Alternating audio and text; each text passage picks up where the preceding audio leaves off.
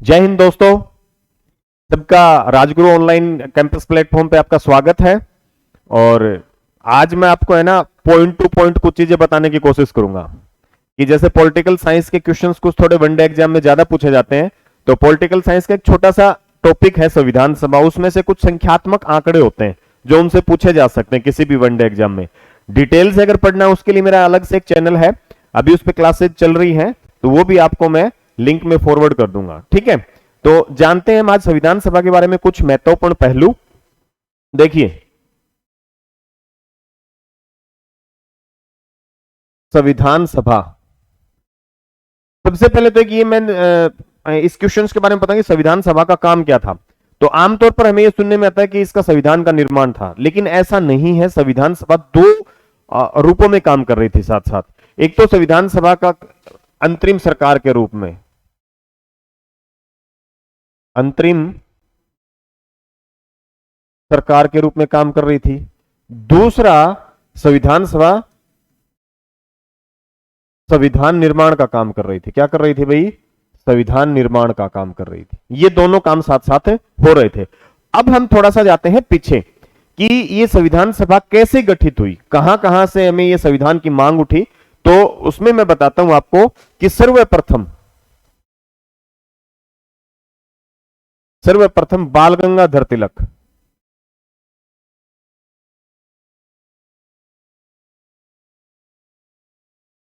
सर्वप्रथम बाल गंगाधर तिलक ने क्या उठाई थी? संविधान सभा की मांग उठाई थी। सॉरी, संविधान सभा की नहीं, संविधान की मांग उठाई थी कि भारत का खुद का क्या होना चाहिए संविधान। इतना बड़ा देश है तो बिना रूल रेगुलेशन के तो चल नहीं सकता। और ये संविधान कैसा होना चाहिए? भारत की जनता के लिए होना चाहिए। तो भारत की जनता के लिए तो भारत के जो रीति रिवाज है, रहन सहन है, जो तंत्र है, यहाँ का जो माहौल है, उसके हिसाब से बनना चाहिए।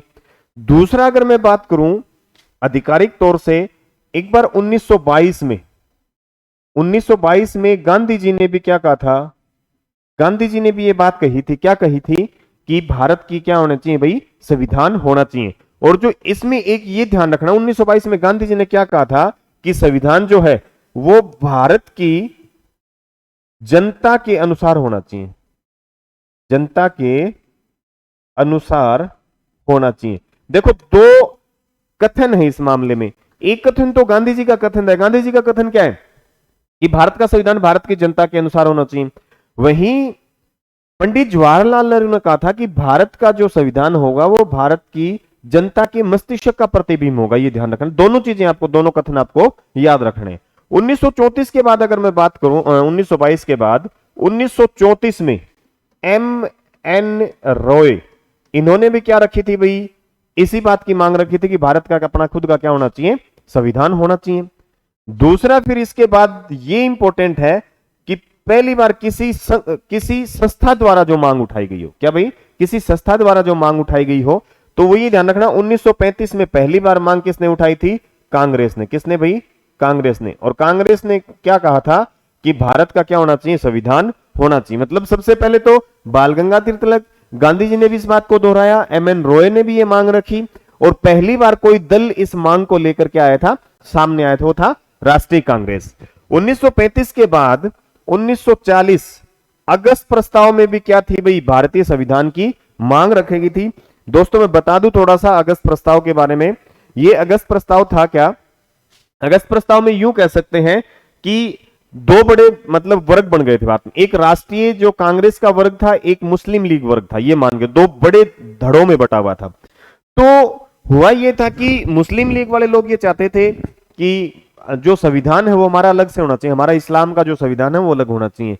तो ये बात अच्छे से हम भी जानते हैं कि एक देश में दो सुप्रीम कोर्ट, दो संविधान नहीं चल सकते। मतलब जो न्यायालय होगा, सबसे जो हाईएस्ट जो अपीलीय क्षेत्राधिकार होगा, वो एक ही होगा पूरे देश में। तो ये मांग उठाई गई थी कि मुस्लिम लीग द्वारा क्या होना चाहिए? हमारा अलग से संविधान होना चाहिए। लेकिन इस बात पे सहमति नहीं बनी, और यूं भी कह सकते हैं कि अगस्त प्रस्ताव एक यूं मान सकते हैं कि मुस्लिम लीग द्वारा अप्रत्यक्ष रूप से पाकिस्तान की मांग उठाना। प्रत्यक्ष रूप से तो कह नहीं सकते थे, तो उन्होंने कहा अगर हमारा संविधान नहीं होगा तो हम अलग देश की मांग करेंगे। तो यूं कह सकते हैं कि अलग देश की, मतलब पाकिस्तान की अप्रत्यक्ष रूप से मांग भी जो है वो अगस्त प्रस्ताव की ही देन कही जा सकती है। ठीक है। 1940 के बाद 1942 में क्या आया भाई? क्रिप्स मिशन था। क्या भाई? Cripps mission. मैं इनके बारे में भी ज्यादा डिटेल नहीं बता रहा हूं, ये जो डिटेल से पढ़ना है तो फिर हम एक अलग से क्लास होगी हमारी, उसमें पूरी डिटेल से करवाऊंगा मैं आप लोगों को। ये क्रिप्स मिशन क्या था? क्रिप्स मिशन में भी क्या थे भाई, जो सदस्य आए थे किसकी अध्यक्षता में? सर स्टेफर्ड क्रिप्स की अध्यक्षता में भेजा गया था ये। तो ये भेजा गया था और उनको कहा गया था कि आपको क्या कर देंगे भाई, हमें जैसे ही ये द्वितीय विश्व युद्ध खत्म होगा, तो द्वितीय विश्व युद्ध के खत्म होने के बाद क्या हो जाएगा भाई, आपको सत्ता हस्तांतरित कर दी जाएगी। और कुछ और भी अलग लॉलीपॉप टाइप की बातें लेकर आए थे, जिससे कि भारतीय जनता खुश हो जाए कि भाई ठीक है, एक बार ये जो उग्र व्यवहार बना हुआ है लोगों का मन में कुछ शांति हो जाए। बट ये चीज चलने वाली नहीं थी, क्योंकि जब ये क्रिप्स मिशन आया था तो उस समय में भारत में एक आंदोलन भी छिड़ा हुआ था, भारत छोड़ो आंदोलन। तो उसमें सीधी सी सिंपल सी बात ही कहा गया था कि डू एंड डाई वाला, कि करो या मरो का नारा जो दे रखा था।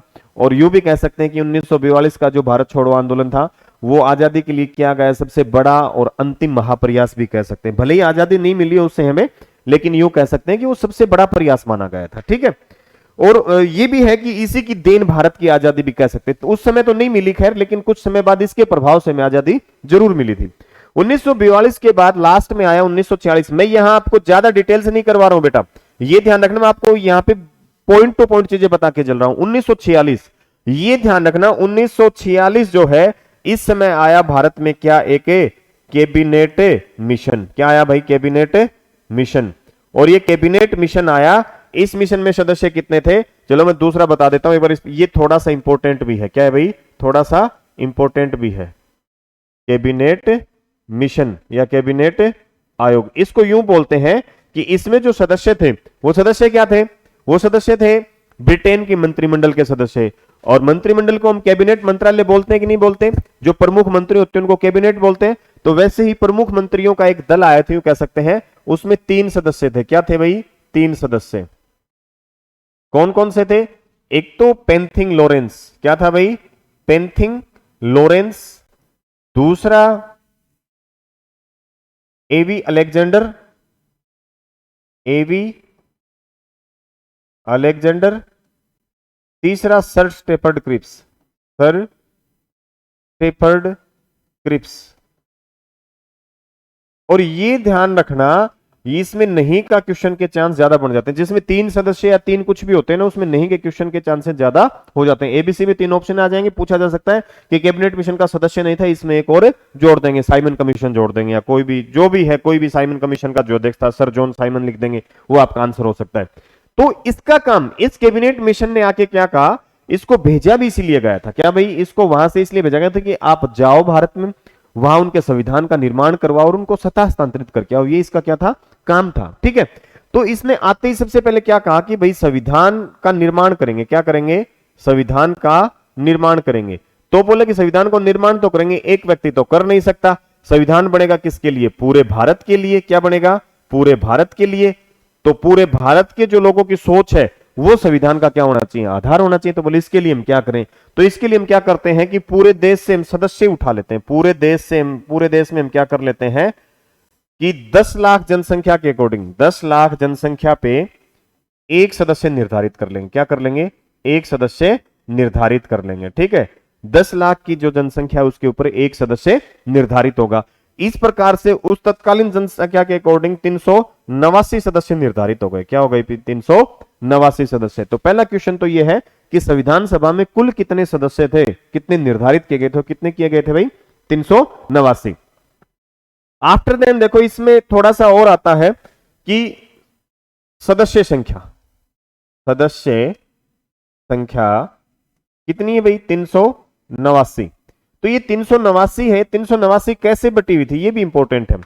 देखो 389 में सारे चुनाव वाले नहीं थे, तो इसमें दो, भाई भारत भी 2 तरीके से बटा हुआ था ना। एक तो ब्रिटिश भारत।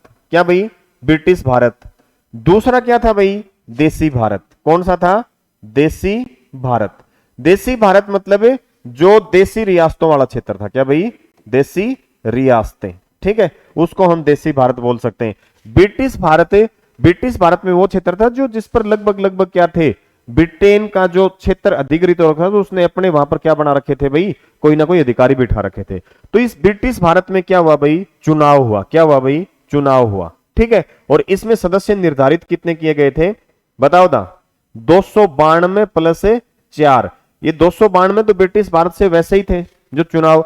4 जो थे चीफ कमीशन वाले वो भी क्या थे, ब्रिटेन के नियंत्रण में थे। तो कुल मिलाकर जो चुनाव हुआ था वो कितनी सीटों पर हुआ, 296 सीटों पर चुनाव हुआ। कितनी सीटों पर चुनाव हुआ भाई, 296। तो ये 296 सीटों पर चुनाव हुए। चुनाव कैसा था, चुनाव 2 प्रकार के होते हैं, प्रत्यक्ष होता है, अप्रत्यक्ष होता है।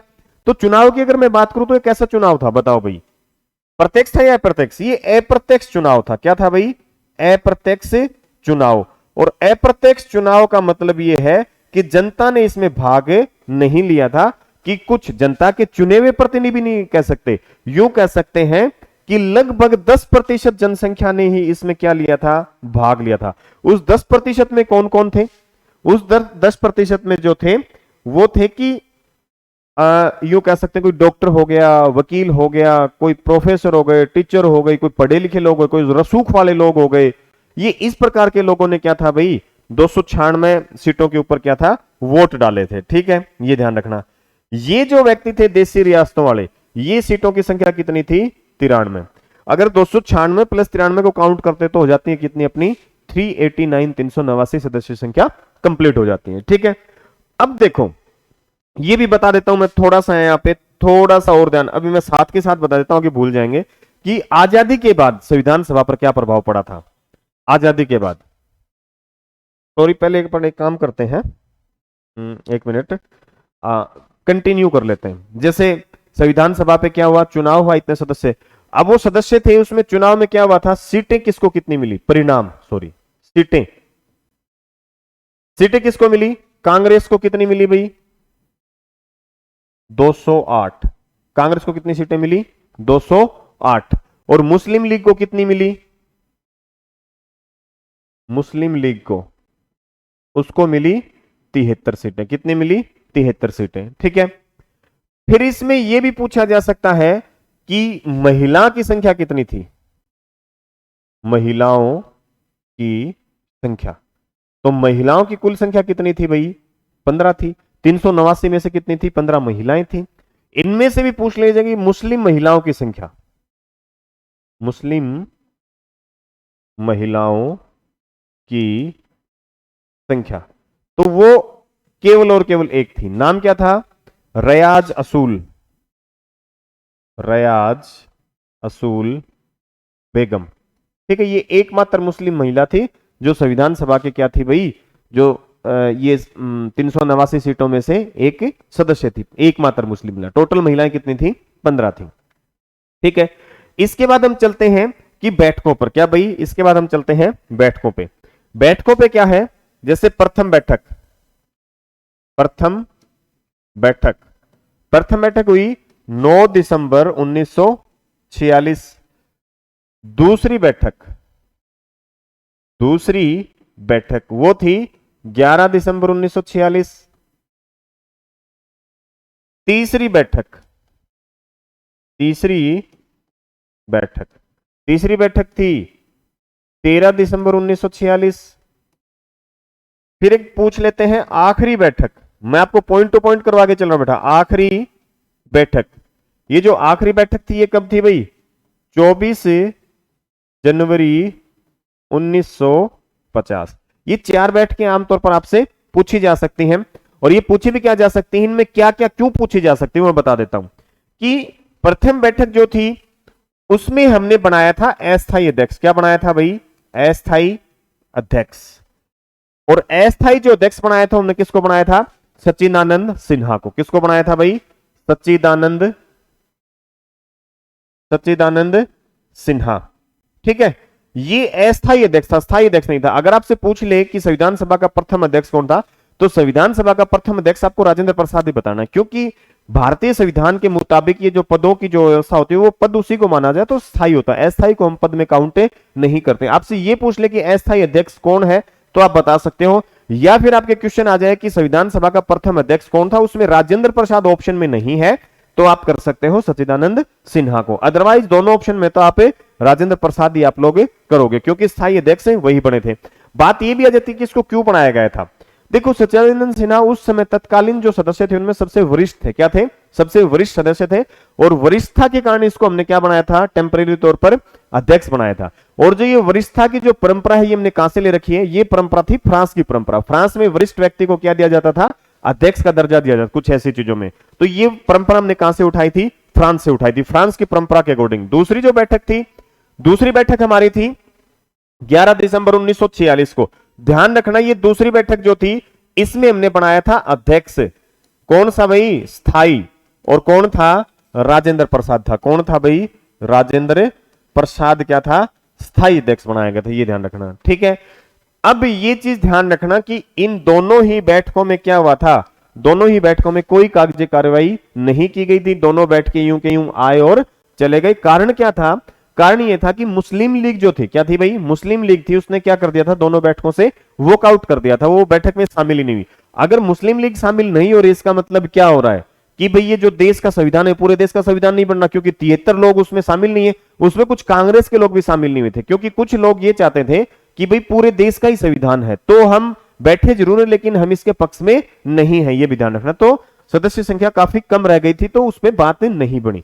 फिर तीसरी बैठक की अगर मैं बात करूं, ये तीसरी बैठक इंपॉर्टेंट हो जाती है, क्योंकि इस तीसरी बैठक में जो अध्यक्षता की अगर बात करते हैं तो जवाहरलाल नेहरू ने, किसने भाई, जवाहरलाल नेहरू ने क्या पढ़ा था भाई, एक उद्देश्य प्रस्ताव पढ़ा था। क्या पढ़ा था, उद्देश्य प्रस्ताव। तो ध्यान रखना ये उद्देश्य प्रस्ताव का इंपॉर्टेंट क्वेश्चन है, 2 तारीखें ध्यान रखनी है कि उद्देश्य प्रस्ताव लाया कब गया था। तो उद्देश्य प्रस्ताव की अगर हम बात करने की लाने की बात, लाया गया, तो लाया कब गया था, लाया गया था 13 दिसंबर 1946 को। और ये उद्देश्य प्रस्ताव पारित कब हुआ, पारित हुआ 22 जनवरी 1947 को। कब पारित हुआ भाई, 22 जनवरी 1947 को क्या हुआ, ये पारित हुआ। ये उद्देश्य प्रस्ताव इसलिए भी इंपॉर्टेंट है क्योंकि उद्देश्य प्रस्ताव किसका आधार बना था, उद्देशिका का। किसका भाई, उद्देशिका का। और उद्देशिका किसका आधार बनी, प्रस्तावना का। एक तरीके से यूं कह सकते हैं कि उद्देशिका को हम प्रस्तावना भी कह सकते हैं।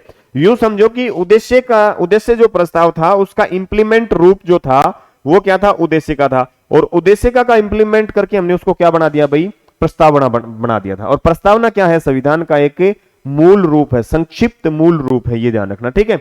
आखिरी बैठक कब हुई थी, 24 जनवरी 1950 को। ये 4 बैठकें आप लोगों को याद रखनी। आफ्टर देन जब पाकिस्तान की बात आ जाती है कि भाई विभाजन हो जाता है, फिर उस बीच में क्या आती है, एक 1947 में 3 जून 1947 एक योजना आती है। और उस योजना में क्या होता है भाई, उस योजना में क्या कहा जाता है, माउंटबेटन योजना लेकर आते हैं। कौन भाई, माउंटबेटन। इसको माउंटबेटन योजना भी कहते हैं, 3 जून योजना भी कहते हैं, इसको भारत पाक विभाजन योजना भी बोलते हैं। क्या भाई, भारत पाक विभाजन योजना भी बोलते हैं। इसमें हुआ क्या था, क्योंकि जब वो भारत को सत्ता सौंप रहे थे तो उस समय 562 रियासतें थी, तो ये ऑप्शन दिया गया था सबको कि आप भारत के साथ भी शामिल हो सकते हो, आप पाकिस्तान के साथ भी शामिल हो सकते हो, या फिर क्या कर सकते हो, आप इंडिविजुअल रूप से भी रह सकते हो। तो क्या हुआ कि भाई भारत और पाकिस्तान का क्या होगा, इस योजना के तहत बंटवारा हो गया। डिटेल में हम दूसरे हमारी जो क्लास होगी उसमें पढ़ेंगे, जो डिटेल से जो टॉपिक चलेंगे, जो लेंथी क्लास होंगी उसमें सारी चीजें डिटेल से करवाएंगे, ठीक है। तो इसके बाद क्या हुआ कि पाकिस्तान बन गया। क्या बन गया, पाकिस्तान। और पाकिस्तान को बनाने के लिए किसका अहम रोल था, मुस्लिम लीग का। क्या भाई, मुस्लिम लीग का। और ये ध्यान रखना संविधान सभा में सदस्य कितने थे, 89। तो उसमें ध्यान रखना जीतकर कितने आए थे, 73 मुस्लिम लीग के थे, 208 कांग्रेस के। ये तो स्वाभाविक सी बात है कि मुस्लिम लीग के लोग इसके जनक थे, तो कहने का मतलब क्या है, 73 तो सीधे ही चले जाएंगे, 73 के साथ साथ कुछ लोग और भी चले, क्योंकि कुछ ऐसे क्षेत्र भी थे जिस पर कांग्रेस जीत, लेकिन वो क्षेत्र किस में आ रहा था, पाकिस्तान की तरफ आ रहा था, तो इसलिए उसको वहां के सदस्य बना दिए गए थे।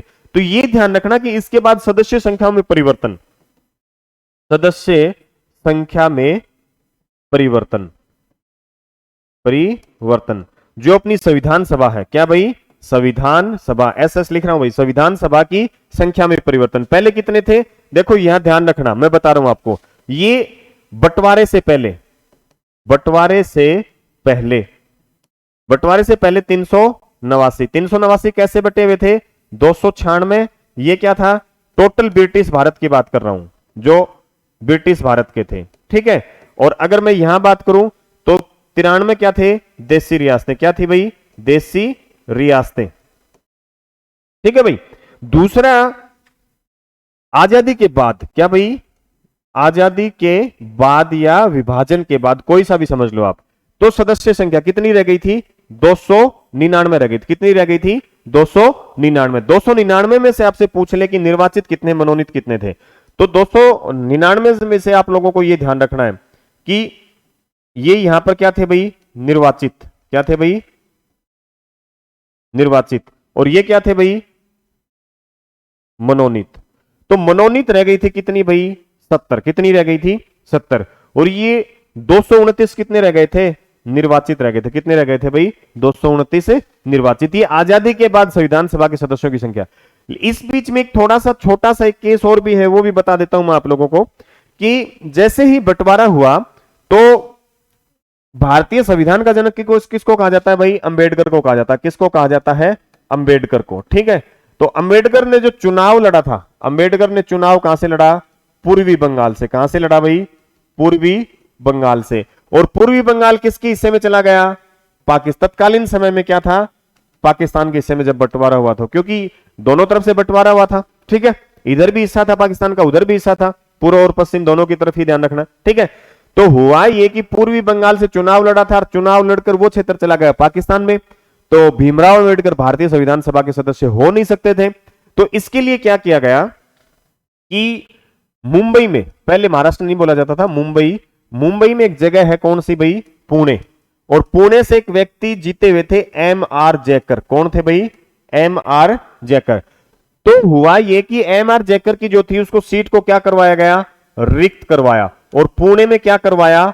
उपचुनाव करवाया। और वहां से किसको लड़वाया? अंबेडकर को लड़वाया। किसको भाई? अंबेडकर को। और यह ध्यान रखना कि सर्वप्रथम जो चुनाव लड़ा था वो पूर्वी बंगाल से लड़ा था, और बाद में जो चुनाव लड़ा था वो कहां से लड़ा था? पुणे से। और पुणे से चुनाव जीतकर अंबेडकर भारतीय संविधान सभा में क्या हुए थे भाई? शामिल हुए थे। तो ये क्या था भाई? ये कि संविधान सभा की जो थोड़ी सी बेसिक जो नॉलेज थी, ये इस प्रकार से क्या है भाई, मैंने आपको थोड़ा सा बताया है। फिर संविधान सभा का काम क्या था? क्या भाई? संविधान सभा का काम क्या था वो अपन नेक्स्ट क्लास में पढ़ेंगे। Thank you.